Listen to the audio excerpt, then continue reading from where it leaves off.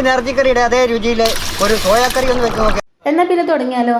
നമുക്ക് 1 മണിക്കൂറോളം വെള്ളത്തിൽ പുതിർത്തി വെച്ചിട്ട് സോയാസങ് എടുക്കുക. നല്ലപോലെ വെള്ളമൊക്കെ ഒന്ന് പിഴിഞ്ഞതിന് ശേഷം കുക്കറിലേക്ക് ഇട്ടെടുക്കുക. നമുക്ക് 1/4 ടീസ്പൂണോളം മഞ്ഞൾപ്പൊടി, 1/4 ടീസ്പൂണോളം ഗരം മസാലയുടെ പൊടി, 1/2 ടീസ്പൂണോളം കുരുമുളകിൻ്റെ പൊടി, പാകത്തിന് ഉപ്പും കുറച്ച് വെള്ളവും ചേർത്തിട്ട് ഒരു വിസിൽ വരുന്നവരെ നല്ലപോലെ ഒന്ന് വേവിച്ചെടുക്കുക. അതിനുശേഷം ചട്ടിയിലേക്ക് 2 സ്പൂൺ വെളിച്ചെണ്ണ ഒഴിച്ച് കൊടുക്കുക. ചൂടായി വരുമ്പോൾ നമുക്ക് 1/4 ടീസ്പൂണോളം കടുകും 1/4 ടീസ്പൂണോളം പെരുംജീരകവും ചേർത്ത് നല്ലപോലെ ഒന്ന് പൊട്ടിച്ചെടുക്കുക. അതിനുശേഷം 2 ചെറിയ സവോള നീളത്തിൽ അരിഞ്ഞത് ചേർത്ത് കൊടുക്കുക. നല്ലപോലെ ഒന്ന് വഴറ്റി കൊടുക്കുക.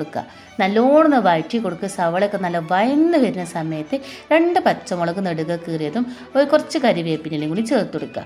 അതിന് ചേർത്ത് കണ്ട് ഒന്നും കൂടെ വഴറ്റിയെടുക്കുക. അതിനുശേഷം ഇഞ്ചിയും അതേപോലെ തന്നെ വെളുത്തുള്ളി ചതച്ചതും അതിലേക്കൊന്ന് ചേർത്ത് കൊടുക്കുക. അതിലേക്ക് ചേർത്ത് കൊടുത്തതിന് ശേഷം അതിൻ്റെ പച്ചമണം പോകുന്ന വരെ നല്ലപോലെ ഇളക്കി കൊടുക്കുക.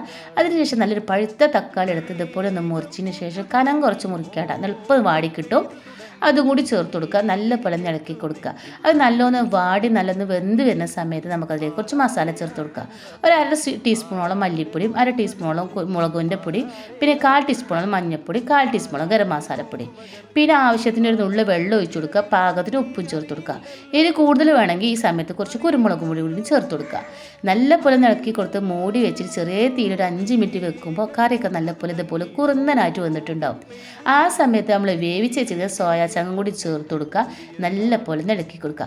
നല്ലോണം തിക്കായിട്ട് വരണമെങ്കിൽ തീ ഒന്ന് കുറച്ച് സ്പീഡ് കൂട്ടിയ ശേഷം മൂടി വെച്ച് കൊടുത്താൽ നല്ല ഡ്രൈ ആയിക്കാണ്ട് നല്ല ബീഫൊക്കെ വരട്ടിയ വരി വരും കേട്ടോ.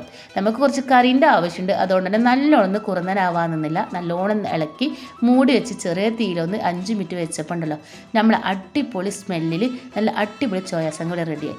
പാകത്തിന് മല്ലിച്ചപ്പും കൂടി ചേർത്തിട്ട് നല്ലപോലെ ഇളക്കി കൊടുത്താണ്ടല്ലോ അടിപൊളി ടേസ്റ്റാണ് കേട്ടോ. അപ്പോൾ വളരെ സിമ്പിളാണ് ഉണ്ടാക്കാൻ. അപ്പോൾ എല്ലാവരും ഉണ്ടാക്കി നോക്കുക. ഇഷ്ടപ്പെട്ടാൽ ലൈക്ക് ചെയ്യാൻ ഷെയർ ചെയ്യാനും മറക്കണ്ട. അതുപോലെ തന്നെ ഇന്നൊന്ന് സപ്പോർട്ട് ചെയ്യാനും മറക്കല്ലേ.